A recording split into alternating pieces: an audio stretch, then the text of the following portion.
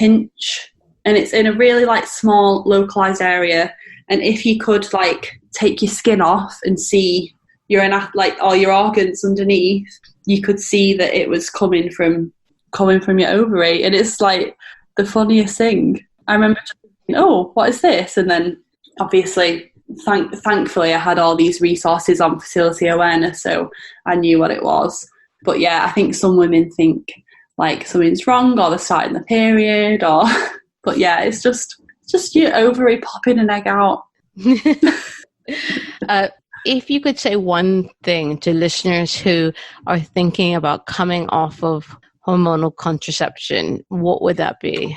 I couldn't say one thing. I would probably say, all you can do is try it and see. It's not a final decision. If you decide to go back on, you can, but you've not really got anything to lose. If you please go and buy some condoms if you don't want to get pregnant, because I think that's another thing, that your body is amazing and it can surprise you, and it could literally bounce back like that. And please don't go thinking that you can just have unprotected sex if you don't want kids. But equally, I would say, again, if you want kids and you're thinking about coming off to start trying, I would buy them. Like I've heard from a lot of friends that they have had surprises in terms of, I didn't realise how quickly it would happen, and they almost have said it like, I wish it had happened in the next year, or in the next few months, or in 6 months' time. And I just think, don't underestimate your body. Like, it's amazing and it works. And if you're having sex without a condom, then your body might surprise you, even if you've not ovulated for years. So yeah, I would say I'm such an advocate for condoms, and I think once your cycle kicks back in and you can learn about it, you can obviously make the best decision for yourself, whether you want kids or not.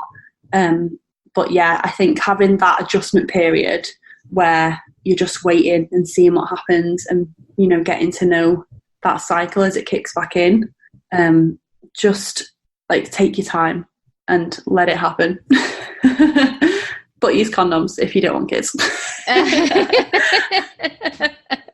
So that's a really powerful message, taking your time, listening to your body, letting it happen. And it's almost countercultural in a way, because we hear these messages like, go, go, go, it has to happen now. And this idea of waiting and listening is something that, a lot of people could really benefit from internalizing that. Definitely. And I would also add to that, being really present with the changes that happen. So not only in your physical body, but any other side effects that you've been experiencing on contraception.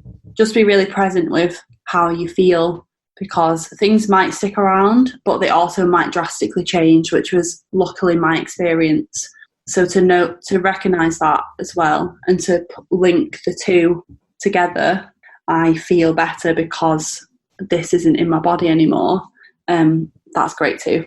So is there any last bits of information or advice that you'd like to leave our listeners with? Good question. I think I'm just going to reiterate what I've just said, if that's okay. I know I sound like a broken record, but I just think listening to your body and learning to listen is so powerful, because not enough of us are doing it. We are taking this pill, or we're doing this, we're having this period, and just because it's normal to you doesn't mean that it's okay, or doesn't mean that you should be able to choose, you should have to put up with it forever. And I just think so many women are not taught to listen to their body, and they're completely out of touch with what's going on internally. And if we could just pause in a moment in our day, in our busy lives, to just check in with how we're feeling and how things are changing, then we would be in a much more empowered position to make the best choice for ourselves. So just pausing and listening. Thank you so much for coming on to this show, Kat. Where can listeners find out more about you? Thank you so much for having me. I've loved this chat. You can head to my website, which is kathorrocks.com. And I'm always hanging out on Instagram, which is at @Kat_Horrocks. So I would love to chat on there as well and continue the conversation.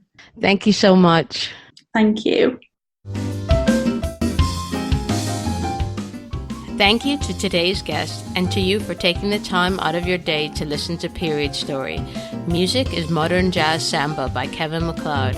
You can find show notes and links to things mentioned on this episode on www.periodstorypod.com.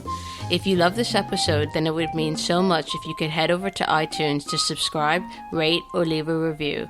Thank you, and see you next week.